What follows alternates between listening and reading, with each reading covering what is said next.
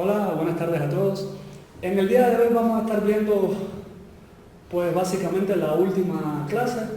Vamos a tratar el último tema que normalmente podemos ver en el examen y este sería métodos de ordenamiento.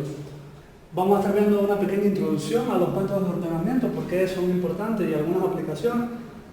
Y nos vamos a enfocar en explicar 4 algoritmos de ordenamiento, que son el ordenamiento por burbuja, el ordenamiento shell, el quicksort o ordenamiento rápido y por último el heap sort. Existen más métodos de ordenamiento, pero solo vamos a estar viendo estos 4 hoy en clase. Los otros igual los pueden consultar. Pues tener datos ordenados resulta una ventaja para diversas aplicaciones. Por ejemplo, el algoritmo de búsqueda binaria requiere que los datos se encuentren ordenados, si recuerdan de la clase de árboles. Normalmente en tareas cotidianas como ordenar ficheros de un directorio, ya sea por nombre, fecha, tamaño, etc., pues se requiere que los elementos estén ordenados. También cuando queremos mostrar los registros de una base de datos, es común que estos se muestren ordenados, lo cual nos permite visualizarlos y procesarlos de una manera más rápida y eficiente. También en otras aplicaciones de la vida diaria vemos que los datos se deben ordenar. Por ejemplo, cuando hacemos búsquedas en Google o en Facebook, pues si nos vinieran todos los resultados de una manera muy desordenada, pues sería mucho más difícil de analizarlo. En fin, tener un orden es una característica bastante común y necesaria para diversas aplicaciones de la vida diaria. A veces estos datos que se quieren ordenar pueden ser simples, por ejemplo, números enteros simplemente, o pueden ser compuestos. En los compuestos nos referimos a estructuras que tienen más de un campo. Por ejemplo, un registro de una base de datos que almacena los registros de alumnos. Se puede tener fecha de nacimiento, nombre, semestre, dirección, teléfono, etc. Pero en este caso, y para cualquier otro caso en el que haya más de un dato, pues ya dependerá de la aplicación seleccionar cuál de estos criterios es el que va a servir para hacer el ordenamiento. Una cosa importante es que los criterios o los atributos por los que se quieran ordenar pues deben ser comparables. Esto es una característica fundamental que debe tener cualquier par de elementos para poderse ordenar. Tienen que ser comparables para saber cuál es mayor o menor o igual. Entonces queda bastante claro que se necesita ordenar muchas veces y vamos a ver, como les decía, algunos de los algoritmos de ordenamiento. Son bastante viejos y aunque todavía hoy en día se trabaja sobre todo en mejorar algunos de los ya existentes. Los hemos separado inicialmente en 3 tipos de acuerdo a la eficiencia. Esta eficiencia representa la eficiencia en el caso promedio. Comúnmente hemos oído hablar de complejidad temporal en el peor de los casos, pero aquí no se trata del peor de los casos. Cuando se habla de eficiencia de algoritmos de ordenamiento, normalmente se utiliza la eficiencia en el caso promedio como indicador. Los más básicos de estos algoritmos, pues ahí tenemos el bubble sort o ordenamiento por burbuja, que es el primero que vamos a ver. También está ordenamiento por inserción y ordenamiento por selección. Hay otros, como el shell sort, que también lo vamos a ver en la clase de hoy, que es una modificación del ordenamiento por inserción y que tiene tiempos en el orden de O de n a la 5/4, 3/2, en cualquier caso un poquito mejor esto que n cuadrado. Y los más eficientes, comúnmente los más utilizados y empleados, que tienen una complejidad de O de n logaritmo de n. Aquí en todos los casos n se refiere al tamaño del vector de elementos que queremos ordenar. Entonces estos más eficientes, pues entre ellos se encuentra el ordenamiento por mezcla y quicksort y heap sort, que los vamos a estar viendo en en la clase de hoy. Como os decía, existen otros algoritmos, pero bueno, estos más o menos son los más conocidos. Sin más, vamos a ir viendo cada uno de estos cómo funcionan. El ordenamiento por burbuja o bubble sort es uno de los más simples. Cuando nos preguntan a nosotros cómo ordenarías un arreglo de números y no tenemos un gran conocimiento de estructuras de datos y programación, pues puede que a todos nos venga a la idea hacer algo como lo que hace el ordenamiento por burbuja.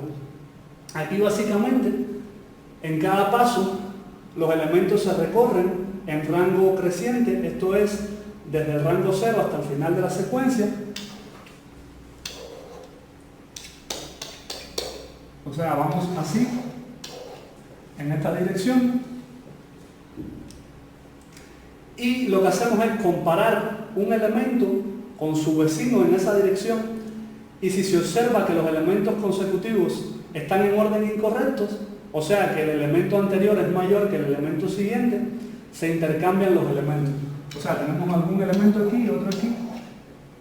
Empezamos a iterar hacia la derecha y si vemos que este elemento y este están en el orden inverso, pues se intercambian y se continúa con el siguiente par y así sucesivamente.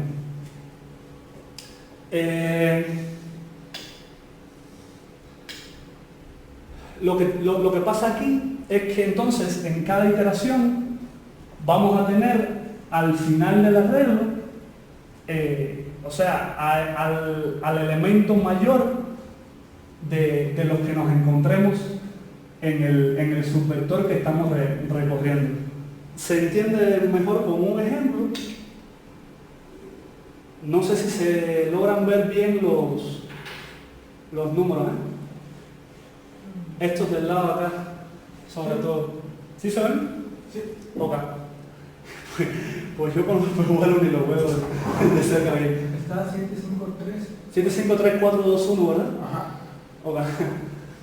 Bueno, pues vamos a pensar que tenemos un vector inicial que contiene los elementos 7, 5, 3, 4, 2 y 1, están desordenados, y vamos a ejecutar paso a paso un ordenamiento por burbuja.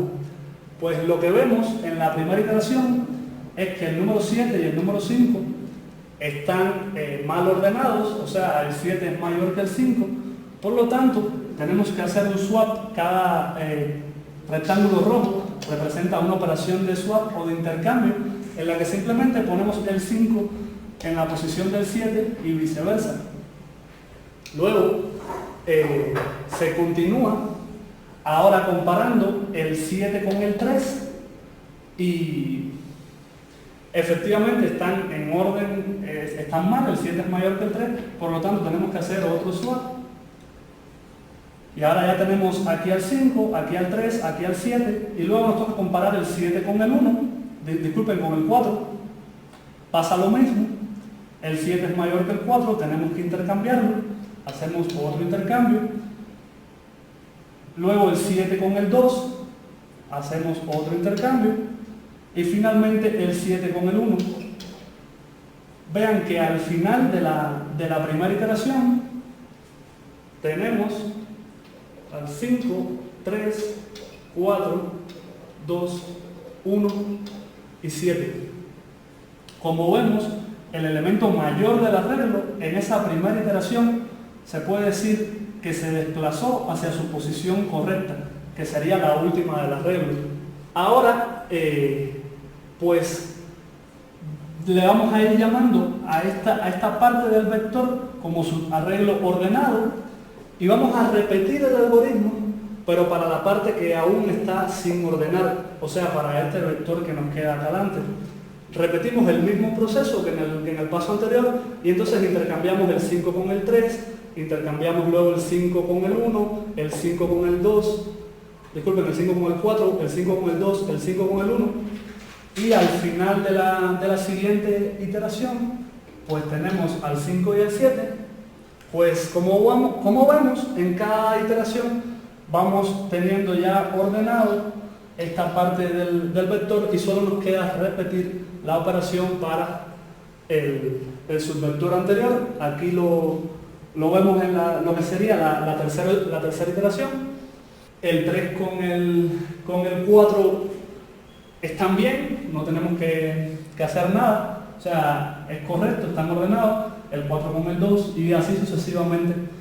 Creo que se entiende la idea. Pues como vemos, aquí lo importante o lo que nos va a influir en la complejidad computacional del algoritmo va a ser el número de operaciones que haya que realizar. Como vemos, el número de comparaciones que se realizan en el algoritmo de burbuja no depende del orden de los elementos, no importa si ya la lista está parcialmente ordenada o casi ordenada o totalmente desordenada, siempre vamos a tener que hacer el mismo número de comparaciones. Por tanto, lo que nos afecta a esto es el tamaño n del vector. El número de comparaciones está dado por esta fórmula, donde n es el número de elementos del vector, y la cota ajustada asintótica del número de comparaciones está en el orden de n cuadrado, como vemos aquí en esta fórmula.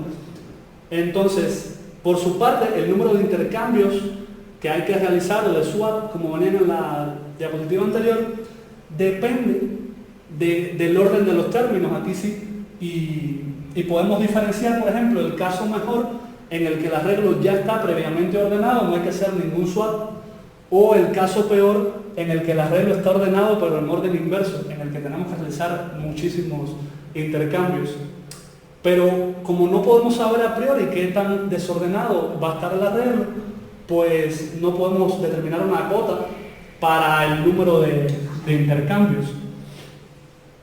Ahora, finalmente, la cota asintótica del algoritmo, en general, del algoritmo por burbuja, pues va a estar dada por este n cuadrado que nos introduce la cantidad de comparaciones. Entonces, finalmente, el algoritmo por burbuja pues está en el orden de n cuadrado. Hay muchísimas implementaciones disponibles en la presentación que tenemos ahí en la plataforma. Pueden encontrar una implementación del algoritmo por burbuja. Es importante señalar que en una implementación eficiente normalmente se tiene en cuenta que si en una iteración no se realiza ningún swap, ningún intercambio, pues esto ya es suficiente para detenerse el algoritmo y no continuar. Y así como esta se le pueden hacer otros trucos o cosas para tratar de mejorar un poquito la eficiencia de nuestra implementación. Entonces los invito a que revisen el código, lo implementen ustedes mismos, es bastante sencillo, son 2 for anidados y implementar una operación de swap sobre el arreglo. Vamos a pasar a otro algoritmo, el que se conoce como shell sort.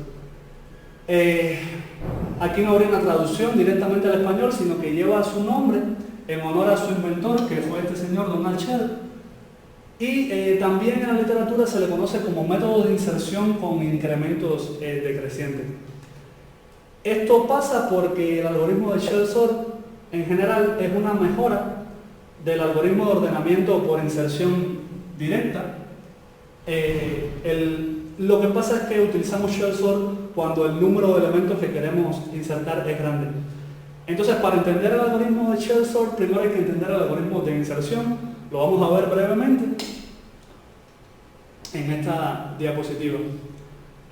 O sea, esta es como la base del algoritmo de shell, otro algoritmo de inserción, el cual también es de orden n cuadrado. Lo poníamos en la primera diapositiva.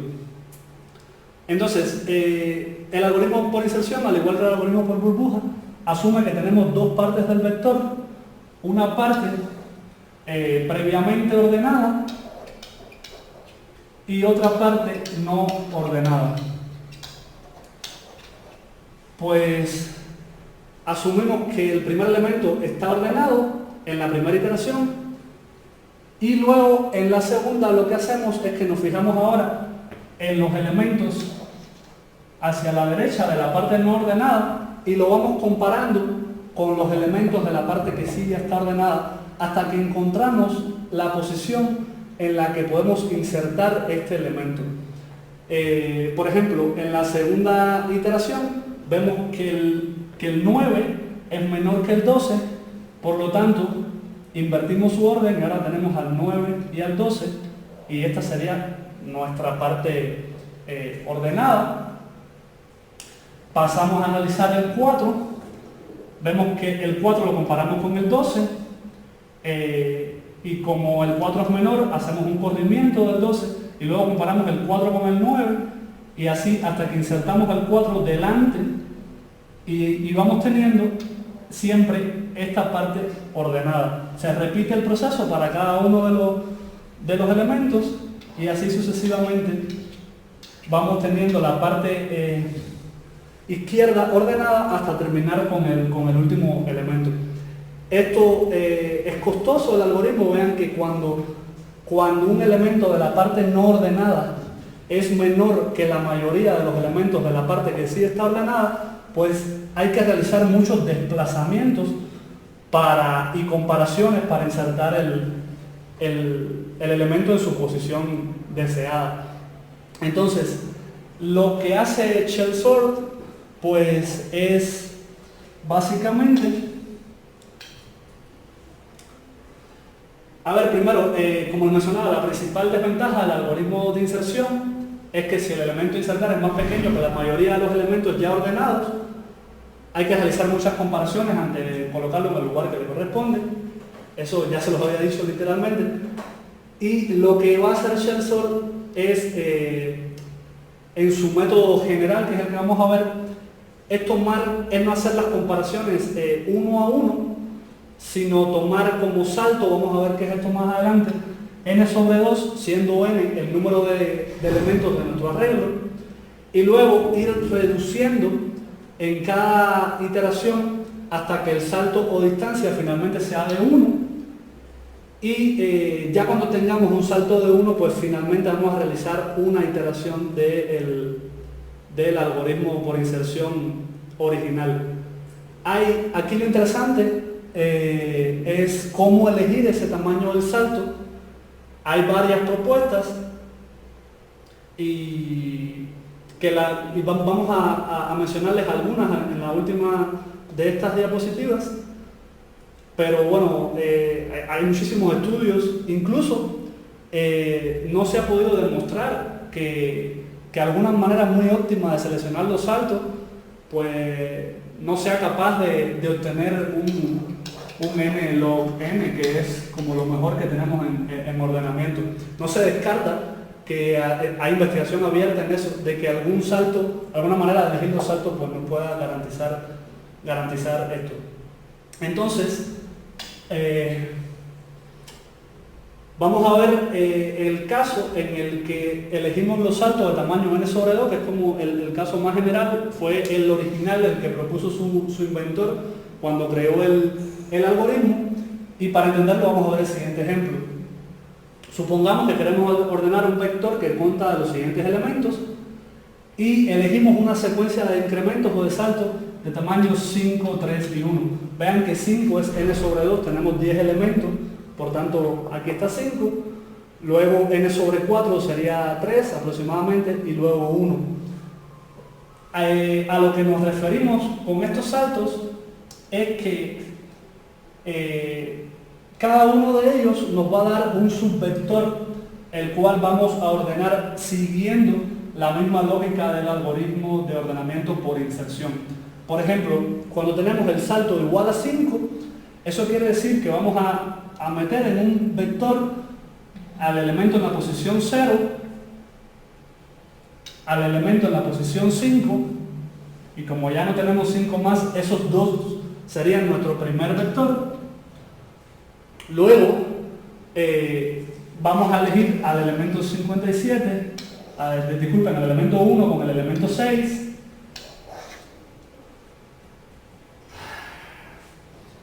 al elemento 2 con el elemento 7, les había dicho que era 10 el tamaño, es 1, 2, 3, 4, 5, 6, 7, 8, ¿no?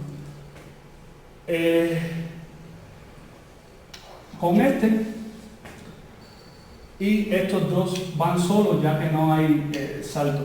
Entonces, con salto 5 tenemos estos 5 vectores y ahora cada uno de esos vectores se ordena utilizando ordenamiento por inserción que veíamos en la diapositiva anterior. Eso se hace en la primera iteración y luego se decrementa ese salto a tamaño 3. Eso nos daría otros 3 arreglos, los cuales igualmente se ordenan solamente estas posiciones utilizando ordenamiento por inserción, y ya en la última iteración se pasa siempre, esto sí es constante, a incremento 1. Ahora tenemos todos los elementos, pero la heurística detrás de este algoritmo es que como ya hicimos ordenamientos previos con saltos anteriores más grandes, en esta última iteración vamos a tener que hacer muchos menos intercambios que si eso hubiera estado desordenado totalmente. Esa es la idea fundamental del algoritmo. Aquí sería el mismo ejemplo, pero visto gráficamente. Pues tenemos el vector original de elementos y, como decíamos, en el paso 1 elegimos incremento 5. Eso nos va a causar que, por ejemplo, este número 25, no veo, se intercambia con este 92. Están bien, no hay que ordenarlos, se quedan así, 25 y 92. Este elemento que vale 57, vemos que es mayor que 46, por lo tanto también se intercambian. ¿Es 46 o 96? 96, o sea, se quedan igual. Me disculpan que aquí de cerca no veo bien los números. El elemento en la tercera posición, ahora sí 48, es mayor que 33, por tanto están mal y se intercambian. Y luego de esa primera iteración, los otros dos elementos que se quedaban solos, X3 y X4, que mencionábamos en la diapositiva anterior, se quedan en su misma posición. Y como vemos hasta aquí, luego de esa primera iteración con salto 5, ya el arreglo está un poquito más ordenado que como estaba inicialmente. Entonces ahora pasamos a ordenar los elementos con salto 3. Ahí tenemos en un mismo vector a 25, 37 y 96, los cuales se ordenarían. Queda 25, 37 y 96, ya están, no hay que tocarlos. Pero luego tenemos a 57, 12 y 18, 57, 12 y 48, perdón, los cuales tenemos que ordenar para estos, estos tres. Aplicamos un insertion sort y nos queda entonces 12, 48 y 57. Y lo mismo para los otros dos elementos, 33 y 92, que están en su posición. Y ya esto nos deja el terreno listo para hacer ahora una última iteración sobre los elementos del arreglo, pero con incremento 1. Y entonces llamamos nuevamente ahora insertion sort con estos elementos, y eso nos va a terminar de corregir esos elementos que aún no están ordenados. Por ejemplo, el 12 lo va a mover. Aquí está mal, perdón. El 12 va aquí. El 12 lo va a cambiar con el 25. A no ser que sea otro número, que no lo veo bien, pero bueno. Sí, es un 12, ¿verdad? Es 25 y 12. Sí, o sea, este está mal, perdón, en la gráfica. Finalmente el 12 va aquí y el 25 acá. Y ya luego el 33, el 37, el 48 están bien. Este 57 tiene que flotar hacia adelante, hacia aquí. Y ya el 92 y el 86 están en su posición correcta. Entonces hubo que hacer muy pocos intercambios en esa última llamada a insertion sort con tamaño 1, que es la idea de shell sort. Aquí la complejidad temporal del algoritmo está directamente relacionada a la forma en la que se eligen los saltos, como les mencionaba anteriormente. Para muchas variantes de estos saltos, calcular ahora sí cuál es la complejidad temporal, pues continúa siendo un problema abierto, no está definida. Eso quiere decir que hay personas que han propuesto algoritmos o versiones para elegir los saltos, pero no han logrado definir cuál es la complejidad temporal de su versión. Es así de complicado esto. Ahora, algunas conocidas, la inicial que les mencionaba, de Shell, pues los saltos son de tamaño n sobre 2, n sobre 4 y así sucesivamente hasta 1. Tiene una complejidad, ahora sí en el peor de los casos, y no en caso promedio, de n cuadrado. Otro tipo de saltos, pues tiene complejidad de n3 sobre 2 y otro pues de n4 sobre 3. Esto lo tomé de Wikipedia, ahí pueden consultar, hay muchísimas versiones de los saltos y la complejidad temporal del algoritmo.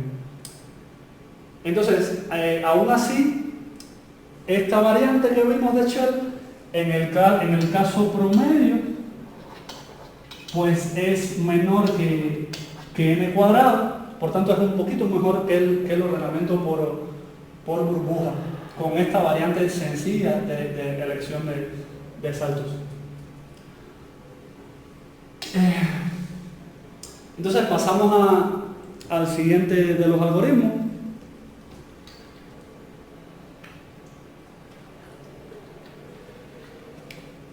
El cual lleva por nombre Quicksort o en español ordenamiento rápido.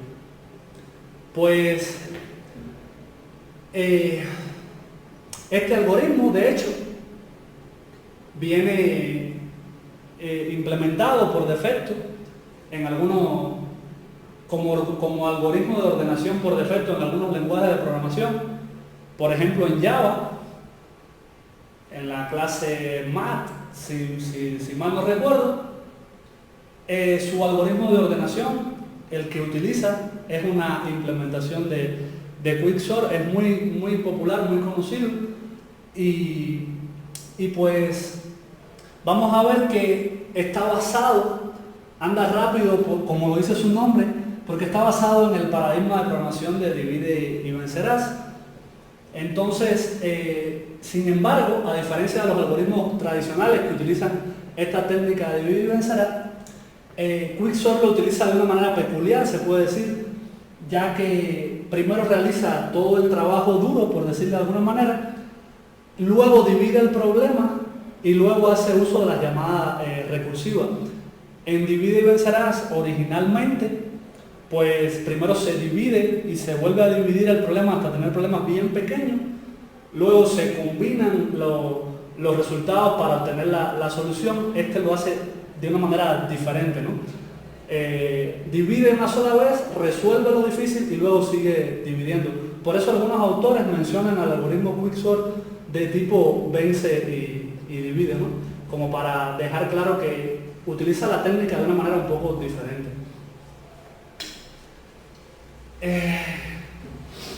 El algoritmo, igual, podemos encontrar muchísimas implementaciones disponibles en internet.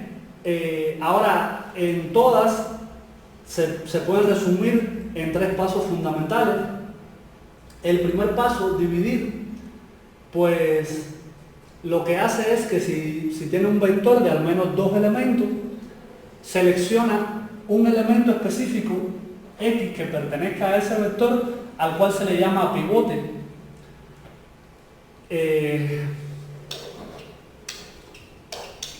Tenemos un arreglo de elementos de más de 2 elementos y seleccionamos alguno de ellos como el pivote. Comúnmente se utiliza como pivote el primero o el último de los elementos del vector, aunque también hay implementaciones en las que se hace una selección aleatoria. Al igual que en Shell Sort, lo interesante era cómo seleccionábamos el salto. En el Quicksort lo interesante es cómo seleccionamos el pivote.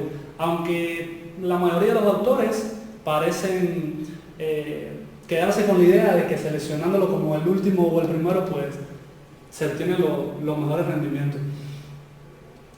Lo que se hace es ahora quitar los elementos de S y separarlos en tres secuencias. En la primera, que le vamos a llamar L, que aquí vendría siendo una letra para describir a los LES, pues se van a guardar los elementos de S que son menores que X.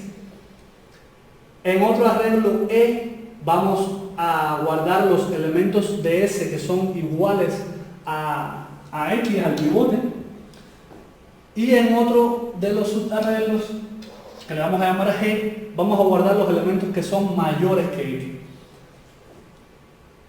Noten que al finalizar esta operación, si hacemos esto, el pivote ya se encuentra en su posición definitiva. O sea, si ya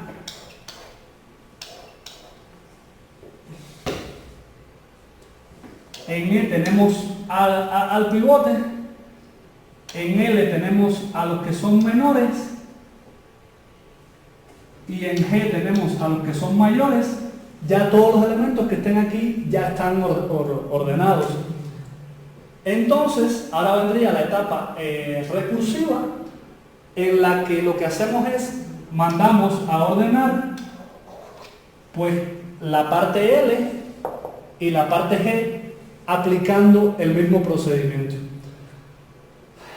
Por último, solo nos quedaría la tercera etapa, que se le llama conquistar, que sería regresar los elementos ahora a S, a este vector, pero ya en orden, insertando primero todo lo que tengamos en L, luego todo lo que tengamos en E y luego todo lo que tengamos en G. Lo vamos a ver, por supuesto, gráficamente para que se entienda mejor el algoritmo. Okay. Entonces, vamos a pensar que tenemos un arreglo inicial, igualmente por simplicidad de números enteros, y esto que vemos en esta figura se conoce como árbol de ordenamiento rápido para el algoritmo de Quicksort. Y lo que nos va a mostrar va a ser la secuencia de entradas a cada una de las llamadas recursivas que se hacen en la implementación. Les explico, o sea, tenemos el vector, como habíamos visto, a este le llamamos, vamos a llamarle S, y elegimos el pivote. En este caso, el pivote está representado por el elemento en rojo. Como les decía, es muy común seleccionar como pivote al último de los elementos del vector. Entonces este va a ser nuestro pivote. Y hacemos lo que habíamos hablado. Recorremos ahora S, sacando sus elementos de ahí y colocándolos, en tres arreglos. En L,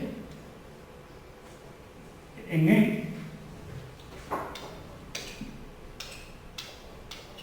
y en G. En L van a quedar todos los elementos que son menores que el 50. Aquí vemos que estos serían 24, 45, 17 y 31. Y en G nos quedaría 85, 63 y 96. Como vemos, después de esa primera fase, ya el 50, que es el pivote, ya queda ordenado. Ya no tenemos, y además de quedar ordenado, ya garantizamos que todos estos elementos del lado de los menores, pues son menores que todos los elementos que están en G. Entonces ya no tenemos que hacer más comparaciones entre estos elementos y estos elementos, lo cual nos permite, entonces ahora sí, volver a llamar recursivamente al algoritmo, pero pasándole esta parte y esta parte. Entonces vamos a empezar con la parte de los menores. Aquí nuevamente se elige el pivote. Ya habíamos fijado desde el inicio que la elección del pivote en el último elemento es buena, entonces la mantenemos para este pedazo. Elegimos a 31 como pivote y pues lo que tenemos es lo mismo. Tenemos aquí a L y a G y aquí al 31.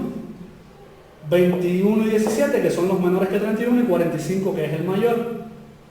Y por la parte del 96, pues nuevamente igual tenemos a L, tendríamos al 96 y tendríamos a G vacío, ya que no hay ningún elemento mayor que 96. Repetimos el proceso. Acuérdense, para los vectores que tengan tamaño mayor o igual que 2, ya estos que tienen 1 ya no hay que hacerles nada.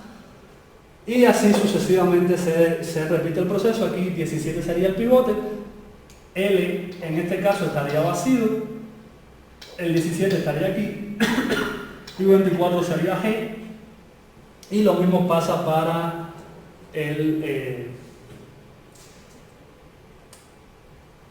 otro elemento, el que tiene 86 a 63, pues no hay nadie aquí menor que 63.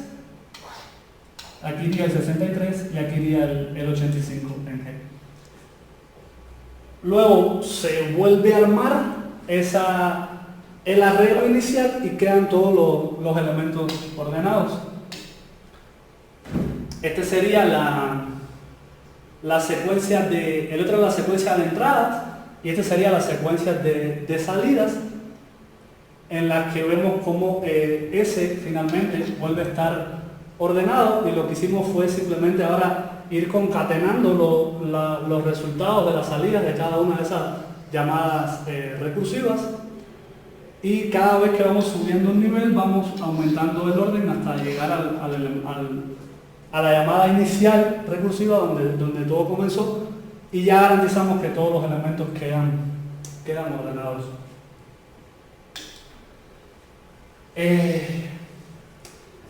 Igual pueden encontrar la implementación del algoritmo de Quicksort en las diapositivas del curso, en la página, para que lo revisen, lo implementen y refresquen un poco todo esto de la recursividad y lo puedan probar paso a paso.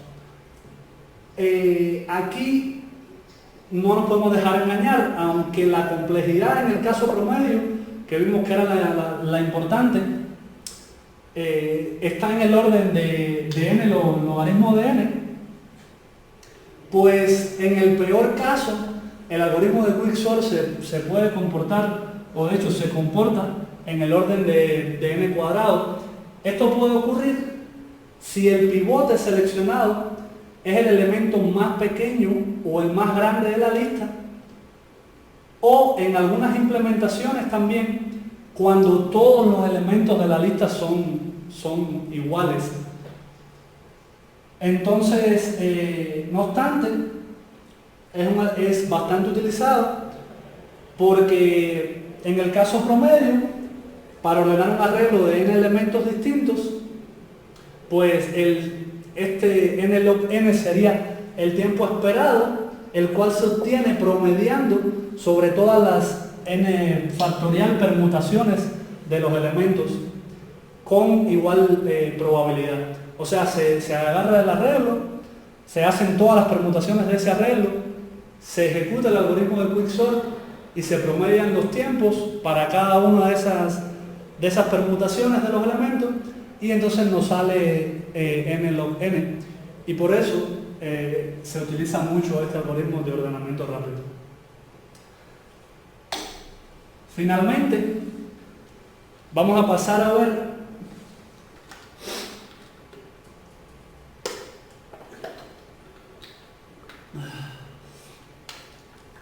el último de los algoritmos, el cual lleva por nombre heap sort, o también ordenamiento por montículo, sería su traducción al español. Aquí tenemos un caso muy interesante en el cual se creó una estructura de datos llamada montículo, precisamente para servir como base a un algoritmo de ordenamiento. Un montículo es un tipo de árbol, que lo vamos a ver en la próxima diapositiva, que cumple unas características especiales, y aquí vamos a estar recordando también algunas de las cosas que vimos en árboles. Si uno busca sobre heap sort, a mí me pasó, pues te puedes encontrar explicaciones muy complicadas, pero mi criterio personal es que si logramos entender primeramente, nos olvidamos del algoritmo y nos enfocamos en entender qué es la estructura del montículo y cuáles son sus operaciones fundamentales, luego el algoritmo como tal de ordenamiento pues nos va a resultar bastante trivial. Así lo creo y se los voy a intentar explicar de esa manera. Entonces, para comenzar, vamos a ver qué es un montículo. Pues es un árbol binario de entrada. Recuerden que a lo sumo podemos tener dos nodos y el cual se quiere que esté parcialmente completo o lo más completo posible. Esto quiere decir que no tengamos niveles muy disparejos del árbol, sino que vayamos insertando los elementos de manera eficiente y ordenada y pasando a un nivel solo cuando ya hayamos terminado de utilizar todos los elementos disponibles o los espacios en ese nivel para que el árbol esté como balanceado, ¿no? Esa es una característica inicial y se pueden dividir los montículos en dos tipos teniendo en cuenta si el padre de un nodo es mayor que sus hijos. En ese caso se habla de un max heap o montículo máximo, y cuando el padre es menor que sus hijos se habla de un min heap o montículo mínimo. En estas gráficas podemos ver aquí un montículo mínimo en el que cada nodo, empezando por la raíz, es menor que sus dos hijos y se cumple la propiedad para todos los nodos que están en el árbol. Y este sería un ejemplo de un montículo máximo. En dependencia de lo que queremos, del tipo de orden que queremos, si lo queremos de menor a mayor o de mayor a menor, se utiliza un max heap o un min heap. En el caso de ordenamiento ascendente, que es el que estamos viendo en los ejemplos anteriores, pues nosotros vamos a utilizar el montículo máximo. Las características son solo que cada nodo sea mayor que sus hijos, perdón. Vean que aquí no importa el orden izquierda o derecha, como veíamos en el árbol binario de búsqueda, en el que se garantizaba que el hijo derecho era menor y el hijo izquierdo era mayor. Aquí es que el nodo sea mayor que sus dos hijos y no importa en qué orden estén. Ok, eso sería lo primero.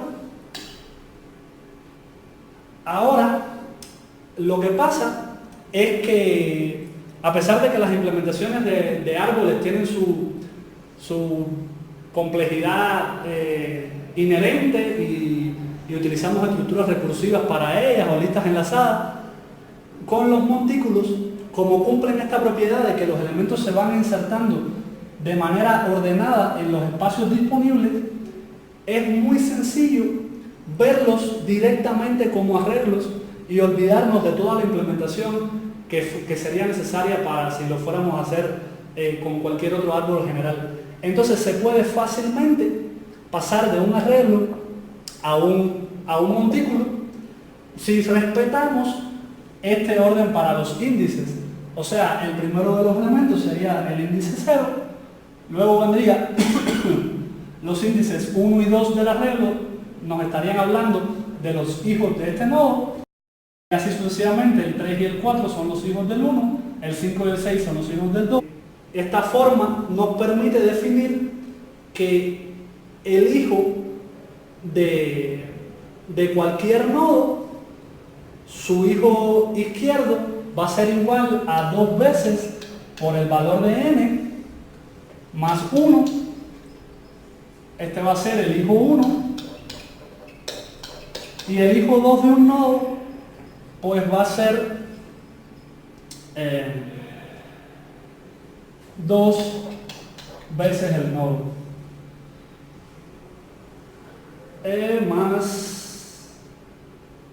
más 2. No sé si ahí se alcanza a ver bien. Por ejemplo, los hijos del nodo 0 van a ser 2 por 0 más 1, 1, y 2 por 0 más 2, 2. Y lo mismo se cumple para cualquier nodo arbitrario. Los hijos del nodo 4 van a ser 4 por 2, 8 más 1, 9, y 4 por 2 más 2 igual a 10. Como mismo dado un nodo, podemos obtener sus hijos que sería saber cuál es la posición aquí en el arreglo, se puede hacer el caso contrario. Dado un nodo, queremos saber quién es su padre. Y su padre viene dado por la fórmula, pues el piso de el valor del hijo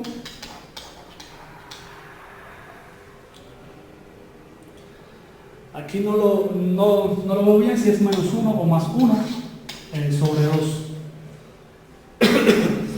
Esto sería, por ejemplo, tenemos 9, queremos saber cuál es el índice de su padre y decimos, pues 9 menos 1 es 8, 8 entre 2 es 4 y el piso de eso, que sería truncando la operación, redondeando hacia abajo, pues nos da el índice 4. Y para el caso del 10, pues nos pasaría lo mismo.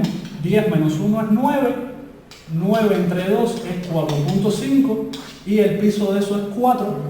Entonces, de esa manera, dado cualquier nodo, podemos saber el índice de su padre. Como tenemos estas relaciones, no tenemos que no tenemos que movernos. Ok. Pues lo siguiente sería definir cuáles son las operaciones que podemos realizar con un montículo. Vamos a pensar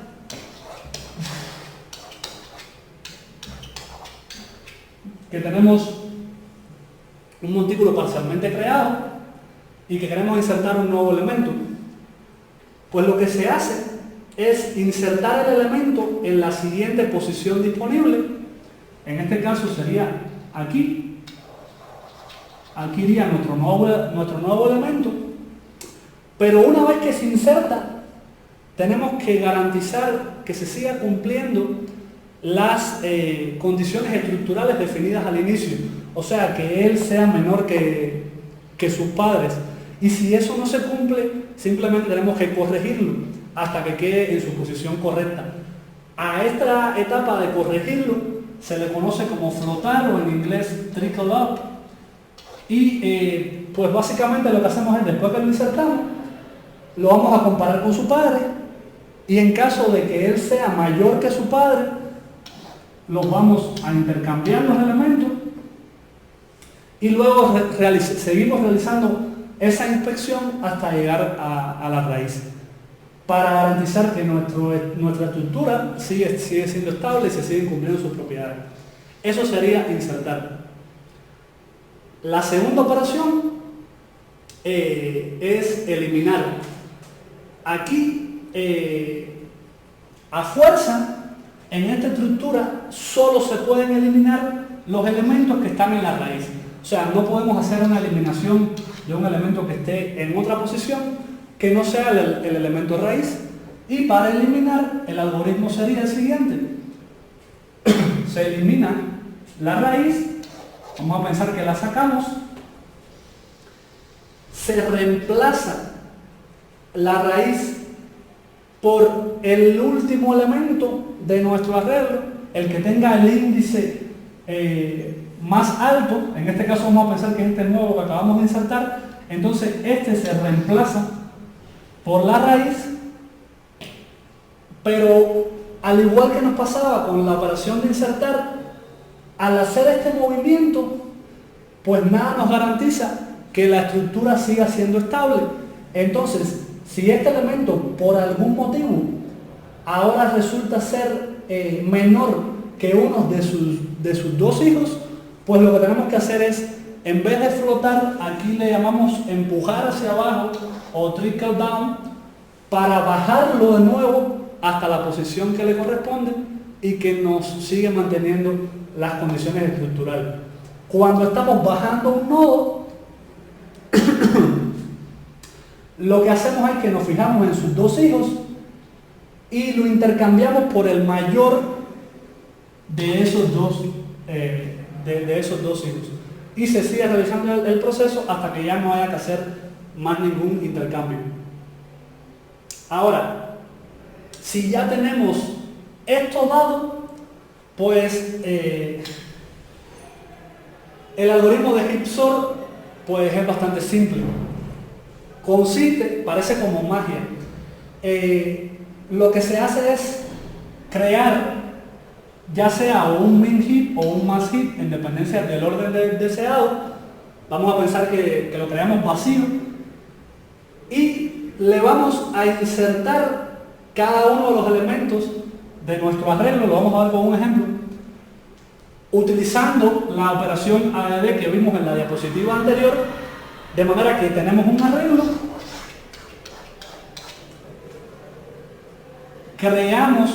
insertamos cada uno de los elementos para crear nuestro en este caso max heap, y una vez que está creado el max heap, pues para tener el arreglo ordenado simplemente basta con eliminar cada uno de los elementos. Acuérdense que eliminar es sacar de la raíz. Eliminar cada uno de los elementos hasta que nos quede vacío. Y al eliminar y esos elementos descartados, irlos colocando al final, cuando saquemos todos los elementos nos va a quedar el arreglo ordenado. Vamos a verlo con un ejemplo y con este terminamos.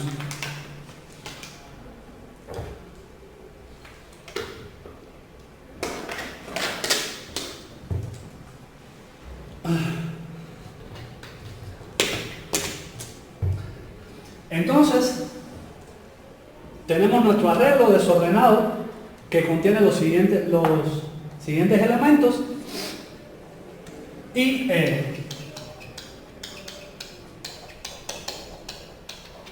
estos serían los índices. Dado eso, creamos nuestro max heap. Aquí, por simplicidad, el arreglo está puesto de manera en la que en las inserciones no tenemos que flotar ningún elemento, simplemente ya van quedando ordenados. O sea, ponemos el 22, luego insertamos el 17 en la próxima posición disponible, sería aquí. Al insertar el 17 no tenemos ningún problema estructural, no hay que hacer nada, no tiene que flotar. Pasamos al 19, lo insertamos en la próxima posición disponible y tampoco tenemos que hacer nada. Esto fue a conveniencia. Recuerden, si aquí viniera un número mayor, por ejemplo el 30, tendríamos que flotar el 30, subirlo y bajar el 22. Está puesto el ejemplo de manera que no tengamos que hacer esas operaciones. Luego el 17 viene del 19 vendría el 12, luego el 15, luego el 11, luego el 7, luego el 6, luego el 9, luego el 10 y por último el 5 y pues ya está, ¿no? Ya hicimos la primera parte del algoritmo, crear nuestro max heap. Y ahora, ¿qué nos toca? Pues ordenar el arreglo. Y para eso lo que vamos a hacer es, como les decía, ir sacando o eliminando cada uno de sus elementos. En el primer paso decimos que queremos sacar al 22. Entonces, lo que hacemos es que se elimina ese elemento. Y eliminar, recuérdense que era equivalente a intercambiar por el último de la luz, por el valor del último índice. Entonces el 5 pasaría arriba, el 22 pasaría abajo, ponemos aquí el 22 y ya nos queda ordenado ese último elemento. No lo tenemos más en cuenta en nuestro árbol. Y ahora que tenemos el 5 arriba, recuerden que tenemos que hacer la operación de empujar o descender hasta que él llegue a su posición.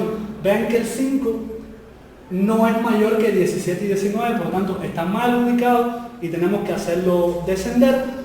Y para descender lo que se hacía era tener en cuenta, cambiarlo por el mayor de sus hijos. En este caso el 5 se cambiaría con el 19.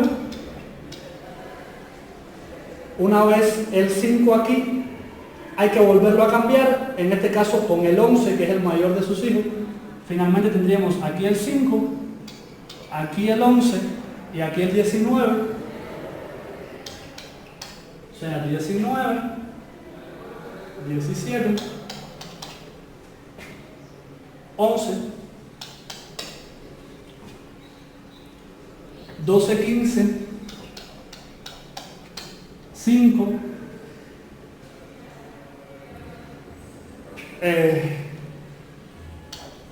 7, 6, 9, 10 y 22. Perdóname aquí la forma. Ahí ya nosotros. Entonces, ya lo que hicimos fue sacar al 22, cambiarlo por el último y llevarlo hacia donde nos indica. Ahí nada nuevo, simplemente ejecutar tal cual este algoritmo remove. En la próxima iteración, esto nos hizo que nos quedara el 19 ahora como el elemento de arriba y va a ser el próximo que vamos a sacar. Vamos a sacar el 19. No sé por qué esto ya no escribe. Teníamos... hola. Este no... ¿No lo quiero? Está como que en otro modo. Ah, este es el lápiz. Este. ¿Ya? Ya. Ok.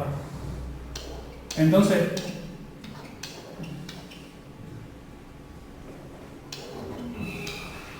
pues así sucesivamente, ahora tocaría sacar al 19, esto es equivalente a intercambiar el 19 con el 10, aquí iría el 19, a desconectarlo, ya no lo tenemos más en cuenta, y luego el 10 empujarlo hacia la posición que le corresponde. En este caso, aquí tenemos al 17 y al 11, él cambiaría con el 17, luego cambiaría con el 15. Que es el mayor de sus hijos. Y nada, en cada una de las iteraciones, pues vamos sacando al mayor de los elementos hasta tener al final, cuando saquemos a todos los nodos, el arreglo ordenado.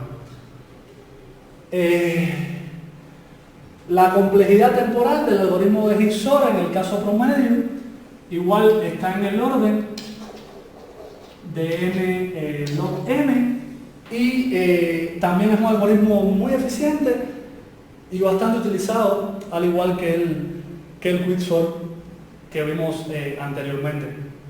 Aquí el truco es simplemente entender la estructura heap, ver que tiene unas propiedades que nos permiten trabajarla directamente como arreglos, eso que vimos de los children y del parent, y entender las operaciones de insertar y eliminar. Luego implementar el algoritmo sería dos funciones, un create heap en el cual insertamos todos los elementos y en una segunda función vamos a recorrer los índices desde igual 0 hasta igual n y vamos a darle un remove al índice i. Cuando terminemos de hacer esto, pues nuestro arreglo queda ordenado. Este es sin más Heath-Shor. Pues con esto terminamos la clase de ordenamiento.